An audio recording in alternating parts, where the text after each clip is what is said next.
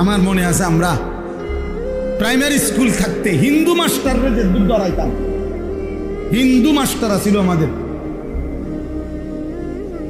আমাদের একজন হিন্দু স্যার আছে, পরে আমরা আজরাইলের মতো ভয় পাইতাম।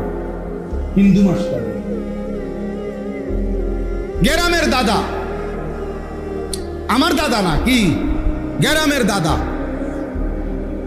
ওনার শাসনকে যেরকম ভয় পাইত, গ্রামের চাচা, গ্রামের বড় ভাই, আজ মুসলমানের বাচ্চা তার আপন বাপকে 2 পয়সার কোন মূল্য নেই, আপন মা তারে 2 পয়সার কোনো দাম নেই।